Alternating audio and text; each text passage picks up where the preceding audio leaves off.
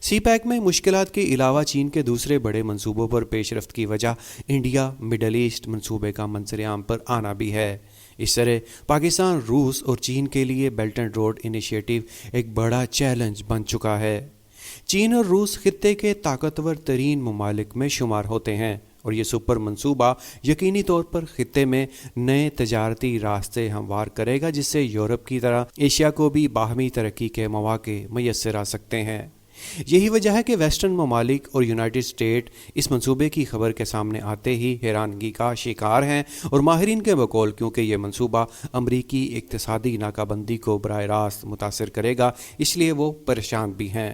حالیہ برسوں میں چین اور روس نے انفراسٹرکچر کی تعمیر میں تعاون کو مضبوط کیا ہے، جس کی وجہ روسی ریلوے کی پسماندگی اور مغربی ممالک کی اقتصادی ناکہ بندی کے دباؤ کے باعث چین اور روس نے روس میں 7,000 کلومیٹر طویل ہائی سپیڈ ریلوے کی تعمیر کے لیے تعاون کرنے کا فیصلہ کیا ہے۔ چین اور روس منگولیا کے 3 ممالک سے گزرتے ہوئے high speed rail project Beijing سے ماسکو تک ایک تیز رفتار ریل تعمیر کرے گا جو قازقستان سے ہو کر ماسکو پہنچے گی۔ ماضی میں تینوں ممالک کو سیریز میں ملانے کے لیے بیجنگ سے ماسکو تک کا وقت تقریباً 7 دن کا تھا، لیکن ہائی سپیڈ ریل کی تکمیل کے بعد بیجنگ سے ماسکو تک کا وقت کم ہو کر تقریباً 30 گھنٹے رہ جائے گا۔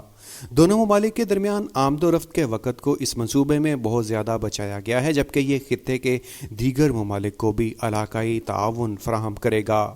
چین اور روس کا یہ بڑا منصوبہ ایک جانب ایشیا کے لیے گیس و تیل، تجارتی و معاشی راستے فراہم کرے گا، جبکہ دوسری جانب امریکی پابندیوں کے شکار روس کے لیے ایک گولڈن گیٹ ثابت ہوگا۔ ناظرین کرام، روس اور چین نے اس منصوبے کے اعلان سے امریکہ اور مغربی دنیا کو ایک بہت بڑا سرپرائز دیا ہے۔ ماہرین کے مطابق اس منصوبے کے آگے ضرور بین الاقوامی رکاوٹیں ڈالی جائیں گی، لیکن دوسری جانب چین اور روس خود بڑی معاشی طاقتیں ہیں جو ان رکاوٹوں کا بآسانی مقابلہ کر سکتی ہیں۔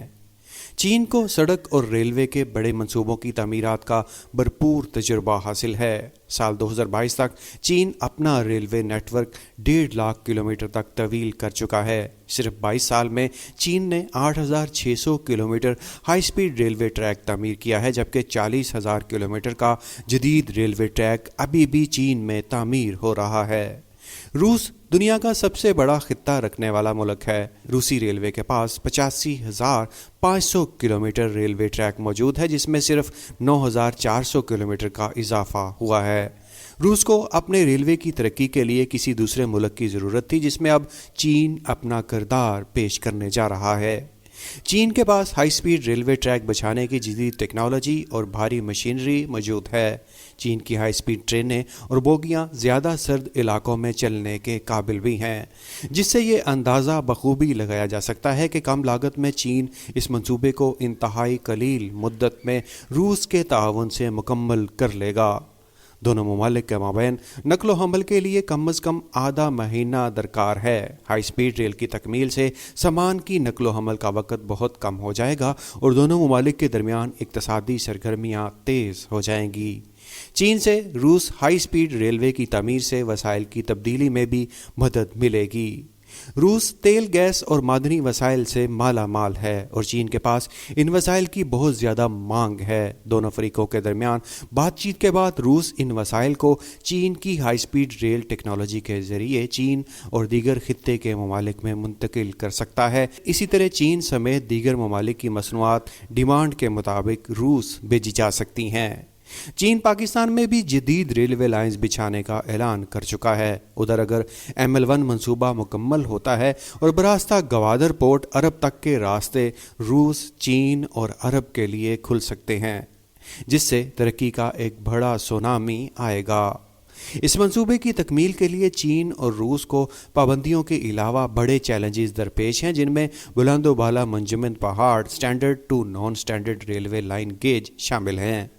چین سے روس ہائی سپیڈ ریل منگولیا کے علاقے سے گزرتی ہے، جس میں بہت سے پہلو شامل ہیں، جیسے خطوں کا ماحول اور ثقافت، یہ بات قابل فہم ہے کہ چین اور روس کے درمیان مختلف سیاسی اور اقتصادی پس منظر کی وجہ سے مشکلات بہت زیادہ، لیکن بہت سی مشکلات اور چیلنجوں کے باوجود یہ امکان ہے کہ چین سے روس ہائی سپیڈ ریلوے کی تعمیر سے دونوں ممالک کے درمیان اقتصادی تعلقات مضبوط ہوں گے، تجارتی تبادلے اور سرمایہ کاری کو فروغ ملے گا۔